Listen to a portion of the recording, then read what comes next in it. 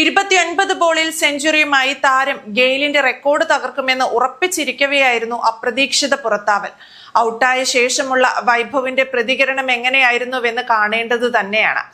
Sunrisers Hyderabad bowling നിരയെ നിലം തൊടിയിക്കാതെ പറപ്പിച്ച വൈഭവ് സൂര്യവംശി ഒരു പഴുതും നൽകാതെയുള്ള ഇന്നിംഗ്സാണ് കെട്ടഴിച്ചത്. ക്യാപ്റ്റൻ പാറ്റ് കമ്മിൻസിനെ അടക്കം ആരെയും താരം വെറുതെ വിട്ടില്ല. 7 ഓവർ കഴിഞ്ഞപ്പോൾ രാജസ്ഥാൻ റോയൽസ് വിക്കറ്റ് പോകാതെ 96 റൺസ് എടുത്തു. ഇതിൽ 72 റൺസും വൈഭവിന്റെ ബാറ്റിൽ നിന്നാണ്. വെറും 23 ബോളിലാണത്. 19 ബോളിൽ 24 റൺസുമായി യശസ്വി ജയ്സാൾ ആയിരുന്നു ക്രീസിന്റെ മറുഭാഗത്ത്.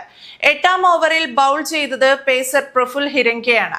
ആദ്യ ബോളിൽ സിംഗിൾ എടുത്ത് ജയ്സ്വാൾ സ്ട്രൈക്ക് വൈഭവിന് കൈമാറി.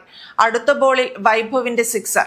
മൂന്നാമത്തേത് വൈഡായിരുന്നു. തുടർന്ന് തുടരെ 2 ഫോറുകൾ, അതിലൊന്ന് നോ ബോൾ. പിന്നാലെ ഫ്രീ ഹിറ്റിൽ നിന്നും സിക്സർ. 5ാമത്തെ ബോളിൽ വീണ്ടും ഒരു സിക്സർ. ഇതോടെ 28 ബോളിൽ വൈഭവ് 97-ലെത്തി.